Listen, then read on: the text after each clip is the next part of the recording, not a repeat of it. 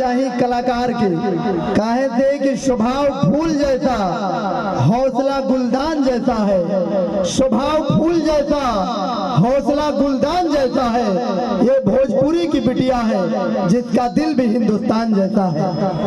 मैं चाहता हूँ एक बार मैं पंकज भैया को मैं चाहता हूँ, भैया थोड़ा सा आएंगे, पंकज राय भैया, पंकज राय, चिंटू भैया, आज आप जो राजवीर बाबू के मुंडन संस्कार के कार्यक्रम में जो बराम लगाए हैं, जो इतना अच्छा व्यवस्था और इतने अच्छे कलाकारों को आपने आमंत्रित किया है भैया, सच बताएं तो दुनिया में आदमी के पास पैसा हो सकता है, दुनिया में अनेकों लोग दौलतमंद इंसान हो सकते हैं, लेकिन जो खर्चा करने के लिए जिगर चाहिए ना, वो किसी एक में होता है। मैं चाहता हूं कि एक बार पंकज भैया के लिए रुकिए भैया 1 मिनट, और देखिए यकीनन कलाकार को बुलाना अलग बात है और बुला करके मंच पे उन कलाकारों को टाइम देना अलग बात।